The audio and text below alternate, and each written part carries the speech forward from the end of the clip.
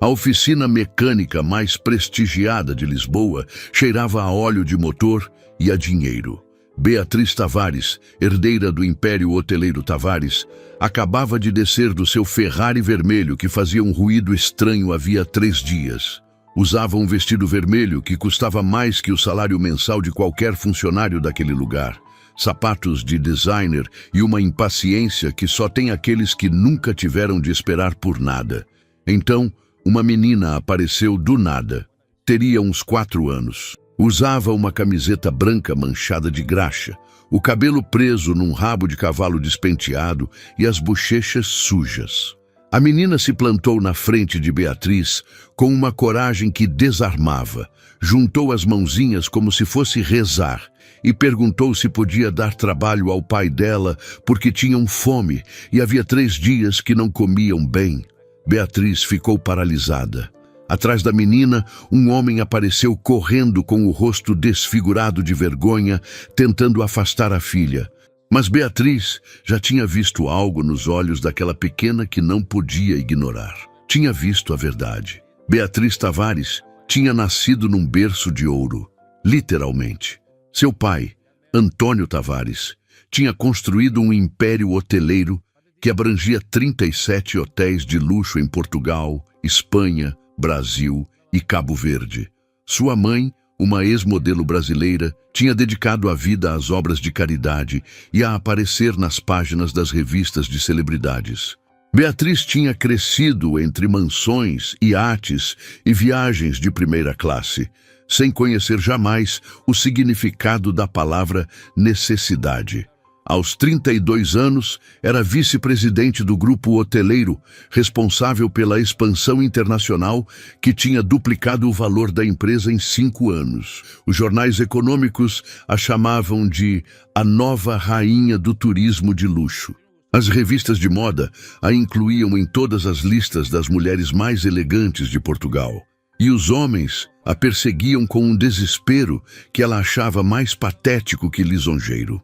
Mas o que ninguém via por trás daquela fachada perfeita era o vazio que Beatriz sentia cada noite quando voltava ao seu apartamento de 400 metros quadrados na Avenida da Liberdade, um espaço projetado pelos melhores decoradores da Europa, cheio de obras de arte e móveis de design, mas completamente desprovido de calor humano. Não havia fotos de família nas paredes, porque Beatriz não tinha relação com os pais havia anos. Não havia lembranças de amigos, porque os poucos que tinha eram mais conhecidos, que desapareciam quando não havia festa ou evento para ir. Seu último namorado, um empresário de tecnologia que tinha sido capa da Forbes, a tinha deixado 6 meses atrás. Disse que estar com ela era como estar com um iceberg bonito, impressionante de longe, mas impossível de abraçar sem se congelar. Beatriz não tinha chorado, apenas apagou o número dele e seguiu em frente, como sempre fazia. Naquela 6ª de outubro, seu Ferrari tinha começado a fazer um barulho que ela não gostou. Não era nada grave, provavelmente. Mas Beatriz não tolerava imperfeição em nada, e menos num carro que custava mais que um apartamento. Tinha ligado para a concessionária oficial da Ferrari, mas disseram que não tinham vaga disponível até dali a 2 semanas. Inaceitável. Sua assistente tinha encontrado uma oficina alternativa, uma que tinha excelentes críticas online e que supostamente era especialista em carros de alta gama. A oficina Silva se chamava, localizada numa zona industrial nos arredores de Lisboa. Beatriz tinha franzido a testa ao ver o endereço, mas a necessidade de resolver o problema tinha sido maior que seus preconceitos. Tinha dirigido até lá naquela manhã, entrando num mundo que nunca tinha pisado. Galpões industriais cinzentos, caminhões estacionados em fila dupla, trabalhadores com macacões manchados de graxa. Tudo lhe parecia sujo, caótico, completamente alheio à bolha de luxo em que tinha vivido a vida toda. A oficina era maior do que esperava, com vários elevadores hidráulicos e carros de marcas diferentes em vários estágios de conserto. Cheirava a metal quente e produtos químicos, e o barulho das ferramentas era constante. Beatriz tinha deixado seu Ferrari na entrada, procurado alguém que parecesse estar no comando, e então a menina tinha aparecido. Rui Silva tinha sido até 3 meses atrás o mecânico-chefe da oficina Silva, o negócio que seu pai tinha fundado 40 anos atrás e que ele tinha herdado com orgulho e dedicação. Durante 20 anos tinha construído uma reputação de excelência, especializando-se em carros de luxo que outras oficinas não se atreviam a tocar. Tinha clientes fiéis que vinham de todo Portugal, empresários e famosos que confiavam nele porque sabiam que tratava cada carro como se fosse seu. Mas então tinha chegado a crise. Um cliente importante, um promotor imobiliário, o tinha deixado a dever 150 mil euros pela restauração completa de 3 carros clássicos. O promotor tinha desaparecido, declarando falência, e Rui tinha ficado com as faturas dos fornecedores e sem como pagá-las. Os bancos, que durante anos tinham oferecido crédito que ele não precisava, fecharam as portas quando mais precisava deles. Tinha tentado tudo. Vendeu o carro pessoal, pediu emprestado para a família, trabalhou turnos de 18 horas tentando salvar o negócio, mas não foi suficiente. 3 meses atrás, tinha tido que fechar as portas da oficina que levava o nome da família. Vendeu todo o equipamento por preço de saldo, pagou o que pôde aos funcionários e ficou sem nada além do orgulho e da filha. Mariana era a única coisa boa que lhe restava. Tinha 4 anos e era a cara da mãe, Teresa, que tinha morrido de aneurisma cerebral quando Mariana tinha apenas 1 ano. Rui tinha tido que aprender a ser pai e mãe ao mesmo tempo, a fazer rabos de cavalo e preparar mamadeiras, a consolar pesadelos e celebrar pequenas conquistas. Mariana era a razão para se levantar cada manhã, mesmo quando as manhãs ficavam cada vez mais difíceis. Desde que fechou a oficina, Rui tinha procurado trabalho desesperadamente. Enviou currículos para todas as oficinas de Lisboa, ligou para antigos contatos, ofereceu trabalhar pela metade do que valia, mas a economia estava ruim. As oficinas estavam reduzindo o pessoal e ninguém queria contratar um homem de 42 anos, quando podiam ter jovens que cobravam menos e não tinham uma filha para cuidar. O dinheiro tinha acabado 2 semanas atrás. Rui tinha empenhado tudo que podia empenhar, vendido até os brinquedos que Mariana já não usava, pedido ajuda aos serviços sociais que o colocaram numa lista de espera interminável. Tinham comido da despensa de uma igreja próxima, porções mínimas que mal davam para os 2. Rui pulava refeições para que Mariana tivesse algo no prato, dizendo que não estava com fome, quando, na verdade, o estômago roncava. Naquele dia, tinha ido à zona industrial, onde ficava sua antiga oficina, não para trabalhar, mas para falar com o dono da oficina vizinha, Paulo, que tinha ligado, dizendo que talvez tivesse algo para ele. Não era emprego fixo, apenas algumas horas ajudando com um carro difícil, mas era melhor que nada. Tinha tido que levar Mariana porque não tinha com quem deixá-la, e disse para ela ficar quietinha num canto enquanto ele conversava com Paulo. Mas Mariana tinha visto o Ferrari vermelho entrar na oficina ao lado, a oficina que agora pertencia a outro dono que tinha comprado o local. E Mariana tinha visto a mulher elegante descer do carro, tão diferente de todas as pessoas que ela conhecia. E Mariana, com aquela lógica implacável das crianças que não entendem de orgulho nem de vergonha, tinha decidido agir. Beatriz olhava para a menina sem saber o que dizer. Em seus 32 anos de vida, ninguém nunca tinha pedido algo assim. Tinha recebido propostas de negócios, pedidos de doações para fundações, petições de todo tipo de favores, mas nunca uma menina de 4 anos, com o rosto manchado de graxa e os olhos cheios de uma esperança desesperada, tinha perguntado se podia dar trabalho ao pai porque tinham fome. O homem que tinha aparecido atrás da menina era claramente o pai. Tinha a mesma estrutura facial, os mesmos olhos castanhos, embora os dele estivessem cheios de uma vergonha que o fazia desviar o olhar. Usava roupa limpa, mas gasta, as mãos calejadas de quem trabalhou a vida toda e uma postura que tentava manter a dignidade apesar das circunstâncias. Ele pegou a menina pela mão, murmurando desculpas, dizendo que sentia muito, que ela não sabia o que dizia, que por favor o perdoasse. Começou a se afastar, puxando suavemente Mariana, que não entendia por que o pai parecia tão envergonhado quando ela só tinha tentado ajudar. Beatriz deveria ter deixado que fossem embora. Era o mais fácil, o que qualquer pessoa do mundo dela teria feito. Sorrir com condescendência, talvez tirar uma nota da carteira para calar a consciência e esquecer o incidente antes do dia acabar. Mas algo a deteve.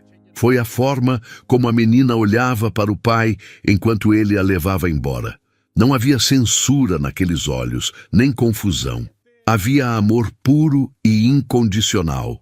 O tipo de amor que Beatriz não lembrava de ter visto direcionado a ela. E foi a forma como o pai segurava a mão da filha com uma ternura que contrastava com a dureza evidente das circunstâncias. Beatriz se viu falando antes de pensar. Uma raridade em alguém que calculava cada palavra como um movimento de xadrez. Disse ao homem para esperar, que queria falar com ele, que o carro dela precisava de conserto e que talvez ele pudesse ajudá-la. O homem parou, virou-se devagar e a olhou com uma mistura de desconfiança e esperança que era quase dolorosa de ver. Disse que já não tinha oficina, que a tinha perdido, que não tinha onde trabalhar nem ferramentas próprias. Beatriz perguntou se ele conhecia Ferrari especificamente. O homem assentiu dizendo que tinha trabalhado com Ferrari durante 20 anos, que conhecia cada modelo, cada peculiaridade, cada problema comum. Beatriz olhou ao redor da oficina onde tinham entrado, que evidentemente pertencia a outra pessoa. Viu as ferramentas, os elevadores, tudo necessário para trabalhar. Pegou o celular, fez uma ligação rápida e em menos de 5 minutos tinha negociado com o dono atual do local o aluguel de um espaço e ferramentas por uma semana. O preço era absurdo, inflado pela oportunidade, mas Beatriz não discutiu. Depois se virou para o homem, que a olhava como se ela tivesse perdido a razão, e disse que ele tinha uma semana para demonstrar o que sabia fazer. Se consertasse seu Ferrari satisfatoriamente, conversariam sobre algo mais permanente. O homem tentou protestar, dizer que não podia aceitar caridade, que ele não era mendigo. Beatriz o cortou com um olhar que tinha intimidado diretores executivos de multinacionais. Não era caridade, disse, era uma troca comercial. Ela precisava de um mecânico competente e discreto, alguém que pudesse cuidar de seus carros sem as esperas intermináveis das concessionárias oficiais. Ele precisava de uma oportunidade.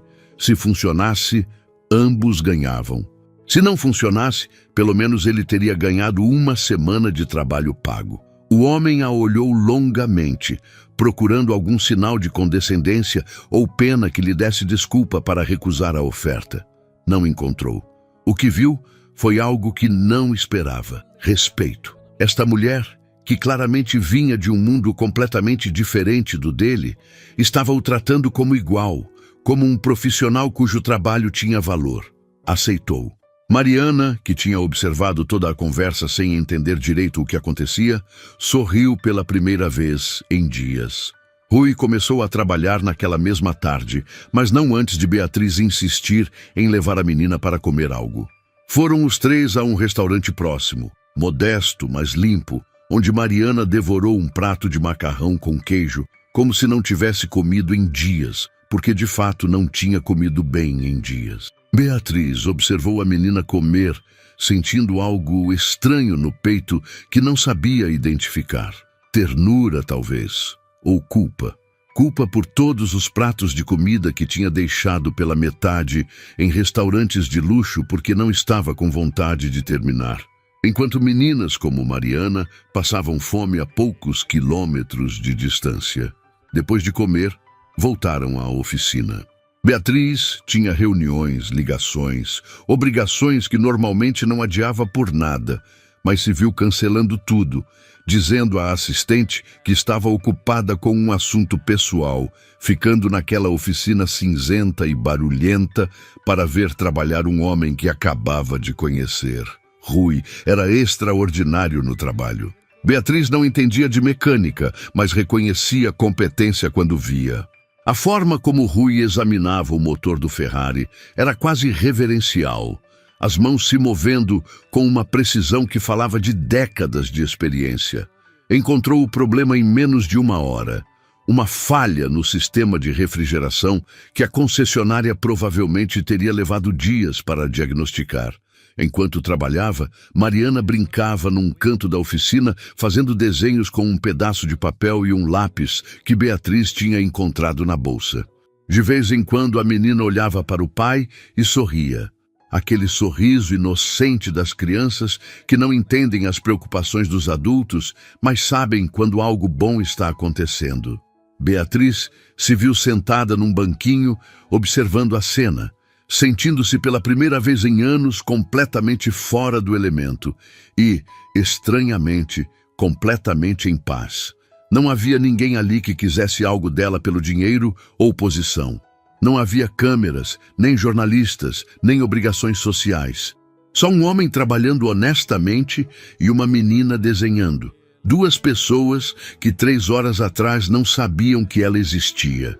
A semana passou mais rápido do que Beatriz esperava. Cada dia encontrava uma desculpa para ir à oficina.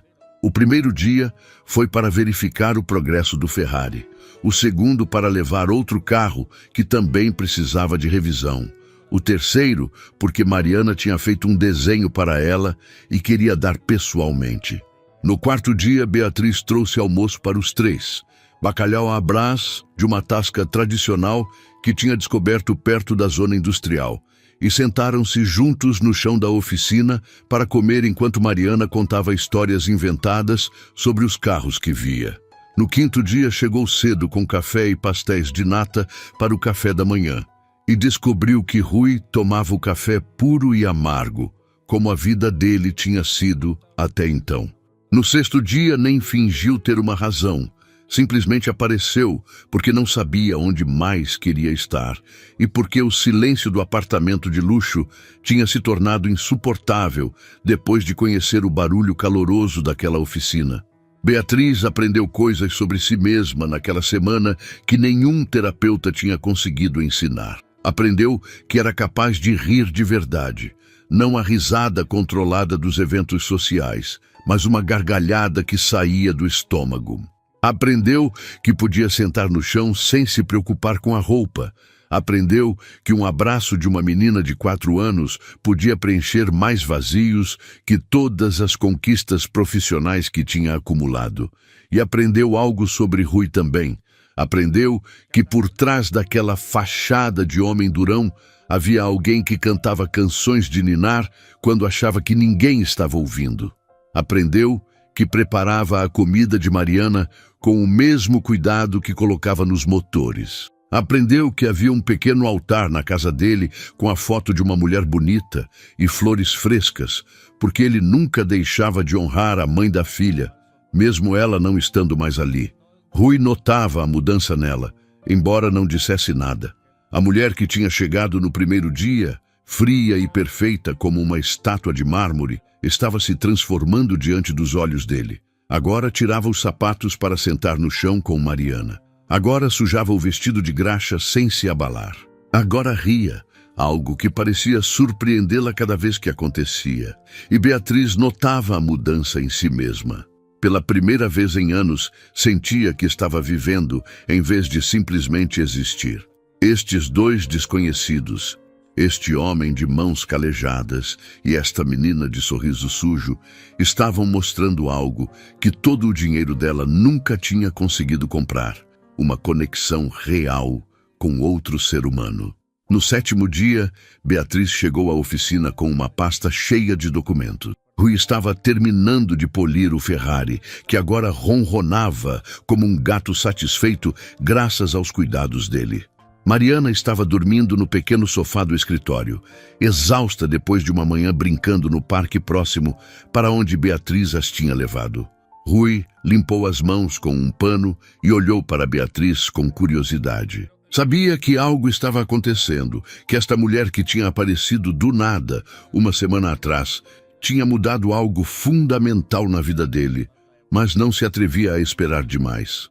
A vida tinha ensinado que as coisas boas não duravam, especialmente para pessoas como ele. Beatriz mostrou os documentos. Eram plantas, projeções financeiras, contratos. Explicou que estava havia meses procurando diversificar os investimentos do Grupo Tavares, que os hotéis eram rentáveis, mas o mercado estava saturado.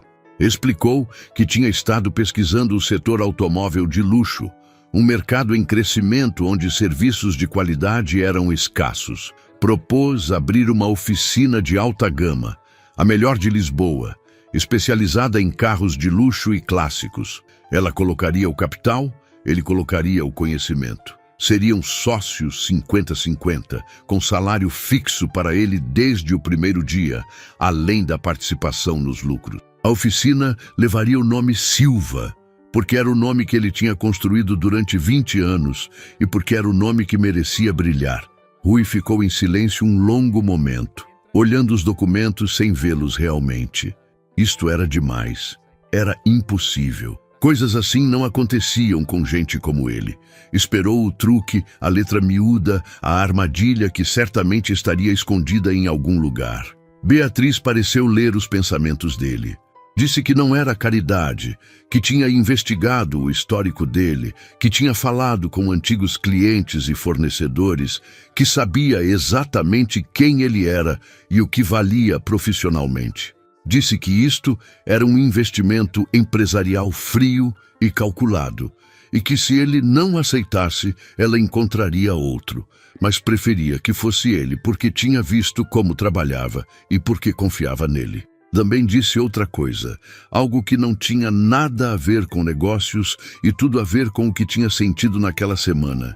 Disse que a filha dele tinha ensinado mais em 7 dias que todos os consultores e coaches que tinha pagado em anos, que Mariana tinha lembrado o que era pedir ajuda sem vergonha, o que era amar sem condições, o que era viver sem máscaras. Disse que não sabia exatamente o que estava acontecendo entre eles, se era amizade ou algo mais, se duraria ou se desvaneceria com o tempo, mas que queria descobrir, que pela primeira vez na vida adulta, queria algo que o dinheiro não podia comprar e que esse algo tinha a ver com ele e com aquela menina dormindo no sofá. Rui a olhou fixamente, procurando nos olhos dela algum sinal de falsidade. Encontrou apenas vulnerabilidade. A mesma vulnerabilidade que ele sentia e que tinha aprendido a esconder atrás do orgulho de homem trabalhador. Disse sim a tudo. A oficina, a sociedade, a oportunidade de descobrir o que podia crescer entre eles. 3 anos depois, a oficina Silva era uma referência no mundo do automóvel de luxo. Ocupava um prédio renovado no centro de Lisboa, com 6 funcionários fixos e uma lista de espera de clientes que incluía as pessoas mais influentes do país. Rui dirigia as operações técnicas com a mesma excelência que sempre teve, agora apoiado por recursos que antes só podia sonhar. Beatriz tinha deixado o cargo no grupo hoteleiro familiar, algo que tinha escandalizado todo o mundo empresarial português. Tinha vendido a participação aos pais, que nunca entenderiam por que a filha tinha escolhido sujar as mãos numa oficina quando podia dirigir um império de um escritório com vista para o Tejo. Mas a Beatriz já não importava o que os outros pensavam.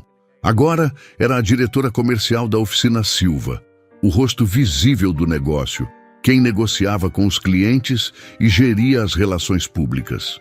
Tinha descoberto que era muito mais feliz vendendo serviços de mecânica que quartos de hotel, talvez porque cada venda representava algo que ela tinha ajudado a construir do zero. Mariana tinha 7 anos e era a mascote não oficial da oficina. Todos os funcionários a adoravam. Os clientes perguntavam por ela e mais de um Ferrari tinha sido trazido especificamente, porque o dono queria ver a menina que tinha ficado famosa no setor pelos desenhos de carros que penduravam na recepção. Mariana tinha aprendido a ler naquela oficina, rodeada de manuais técnicos e revistas de automóveis, e sonhava em ser engenheira mecânica quando crescesse. Beatriz e Rui tinham se casado um ano depois de se conhecerem, numa cerimônia íntima numa pequena vila no Alentejo, longe das câmeras e jornalistas que teriam transformado o evento num circo.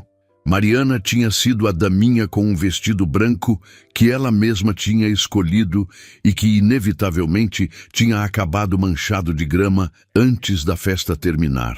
O Ferrari vermelho que tinha começado tudo ainda estava na oficina, embora já não pertencesse a Beatriz. Tinha vendido simbolicamente a Rui por €1 e agora ocupava um lugar de honra na entrada com uma placa que contava a história de como uma menina corajosa e uma pergunta impossível tinham mudado 3 vidas para sempre. Cada manhã, quando Rui abria a oficina e via aquele carro, lembrava do dia em que a filha tinha se aproximado de uma desconhecida para pedir trabalho para o pai. Lembrava da vergonha que tinha sentido, do impulso de fugir, da certeza de que a vida tinha tocado o fundo. E lembrava como daquele fundo tinha começado a subir. Beatriz também lembrava. Lembrava da mulher que tinha sido antes, a rainha de gelo que tinha tudo e não tinha nada. Lembrava como uma menina de rosto sujo e coração limpo tinha olhado nos olhos dela e mostrado sem saber tudo o que faltava. E Mariana, que já era velha o suficiente para entender o que tinha feito naquele dia, lembrava sobretudo da fome. Lembrava das noites em que o pai dizia que não estava com fome para que ela pudesse comer a porção dele. Lembrava do medo nos olhos do pai, embora ele tentasse esconder. E lembrava de ter visto aquela senhora do vestido vermelho e ter pensado com a lógica simples das crianças que alguém que tinha um carro tão bonito certamente poderia ajudar. Não tinha sido coragem, como todos diziam agora. Tinha sido necessidade, desespero, o instinto de sobrevivência de uma menina que amava o pai e não sabia o que mais fazer. Mas talvez fosse isso que a coragem realmente era. Não a ausência de medo, mas a decisão de agir apesar dele. Não esperar que as coisas melhorassem sozinhas, mas dar um passo à frente, mesmo que esse passo fosse tão pequeno quanto uma pergunta feita com as mãos juntas e os olhos cheios de esperança. Pode dar trabalho ao meu pai? A gente tem fome. 7 palavras que tinham mudado tudo. Agora, 3 anos depois, quando Beatriz cobria Mariana à noite, contava esta história como se fosse um conto de fadas. A história de uma princesa que não sabia que era, de um cavaleiro que tinha perdido o castelo e de uma menina mágica que os tinha unido com uma simples pergunta. Mariana dormia sorrindo, sabendo que contos de fadas às vezes eram reais. E Beatriz ficava mais um momento, olhando para esta menina que tinha ensinado mais sobre amor, coragem e vida que todos os livros e mentores do mundo. Porque às vezes as melhores coisas da vida não se compram com dinheiro. Às vezes chegam cobertas de graxa, com um rabo de cavalo despenteado e as bochechas sujas. E às vezes, só às vezes, basta uma pergunta para mudar tudo. No lo suelta al parecer. No, a los de Play 5. Ok. Oigan, pero vi que baneaban o vi mal. Según yo sí baneaban por andar haciendo... En esto se ha convertido el puto juego, hermano. Ahí está el pinche ejemplo, güey. Vamos a decir Ve. Kayosaka, amigo. Este clip va en 14 segundos y no ha soltado a Gullit. Kayosaka, mejor extremo derecho del mundo. No creo, ¿no? Mira eso. Y no suelta a Gullit. ¿Estos son los glitcheros? No se acerca. Diehards en PC.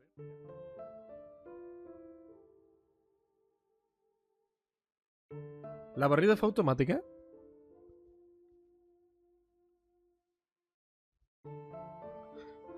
Nunca cambió de Gullit. Vean quién quita la pelota. Ah, no, sí fue él. ¿Sí fue él? 20K, 22K. ¿No cambia justo cuando se barre automáticamente? Y cabrón, no sé. Y no sé, a ver, ya me dejó la duda, güey. Ya me dejó la duda, hermano. Un buen intento, pendejo. Espérate, estoy laburando. Quiero ver esto. No, sí. No, sí, sí, de hecho, No, güey, barrio él. Bueno, se la podemos dar, amigo. Pero, güey, estuvo más de 20 segundos con Gullit. Nunca cambió de jugador. Mamita querida con el juego de mierda en el que estamos, güey. Luego va a salir el culicagado. Ay, es que eso se puede porque el juego es así. Eso está mal. Este tipo de personas creen que ganan y que son buenos. No son buenos, cabrón. No son buenos, güey. No puede estar tan chetada la defensa CPU. No debería. Ay, perdón, lo del marcador. Eso fue un accidente. Eso así como suena, o sea, hay un glitch. No mames. Ganas partidos y, bueno, según yo ganes. ¿Se cambia automáticamente? A que tú ganes. Descanse, Campos. Gracias por pasarse, amigo. Pero es en Play 5 único. Se cambia. Ay, pendejo. Ni me pregunte. Pues se fijo, güey. Fijo, güey. Mira. Ah, eso del glitch, güey. No mames. Eso del fucking glitch, amigo. Lo que me toca las pelotas, güey. Sobre todo que lo promuevan, güey. De verdad, lo que me toca la pelota, güey. Porque voy por Ferdinand Swaps, yo. Y por ahí dicen, no, pues júntalos, ¿no? No es mala idea, pero...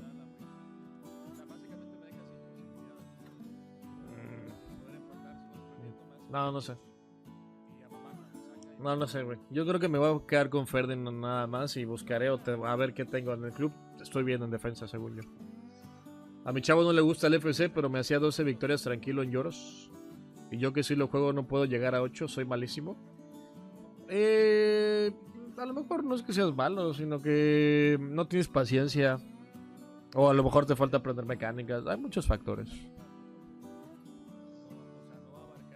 Tiene roja el rival, ¿no parece? Ese güey usa el Cronus y no pienso debatirlo con nadie.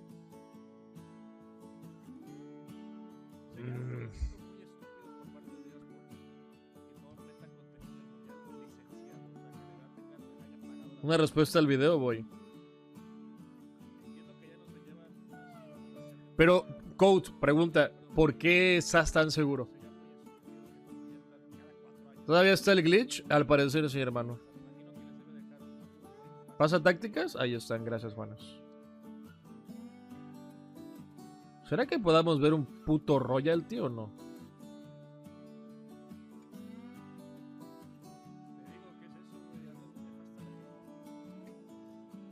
Es que yo vi el video, pero, o sea, no recuerdo que sea tan exactamente igual. Tendría que volverlo a ver, pero yo vi a priori vi ese video hace un tiempo igual.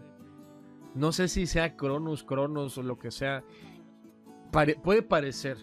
El gran problema. Charlobo, gracias por el follow.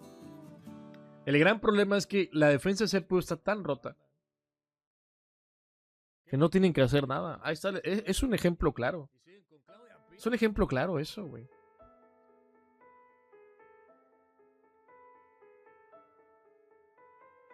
Increíble, güey.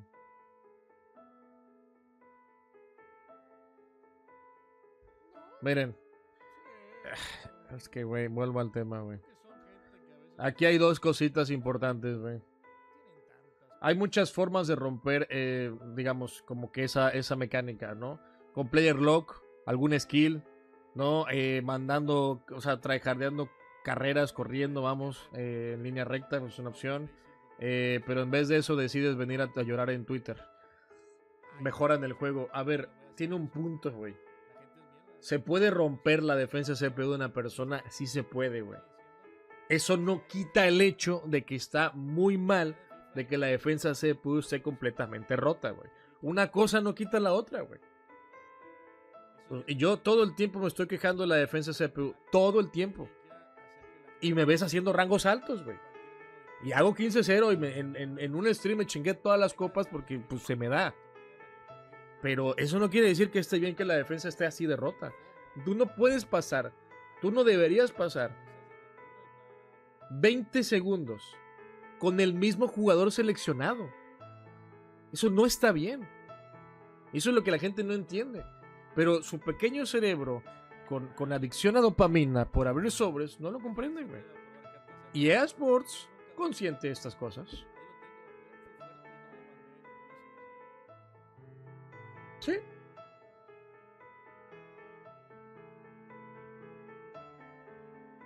Sí, ¿no? O sea, son un recurso, pero eso no quita que esté mal, güey. Que esté así de roto. O sea, es eso, justo, güey. Coincido con lo que comentas, güey. Y lo complementamos. Ahora, esto es terrible, güey.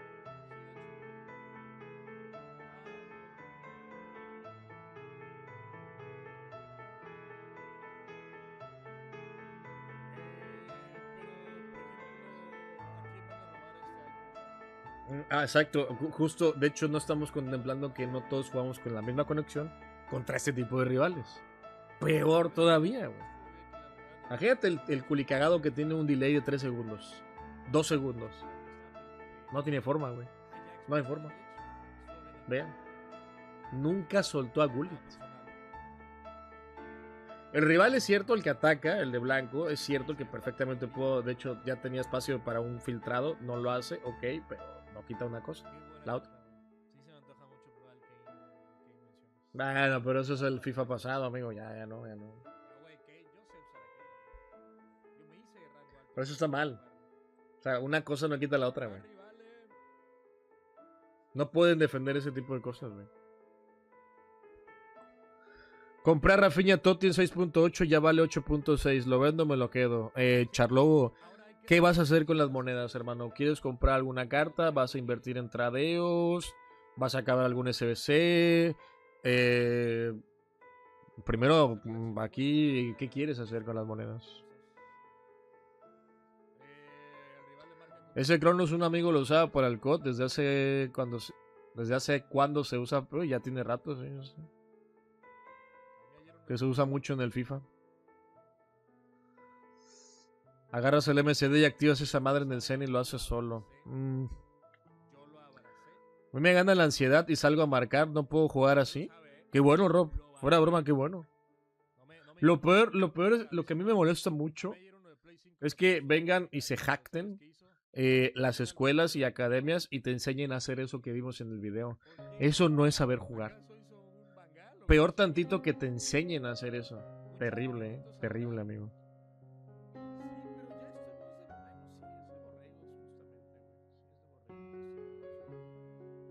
A ver. Déjale un poquito el chat y en lo que está cargando.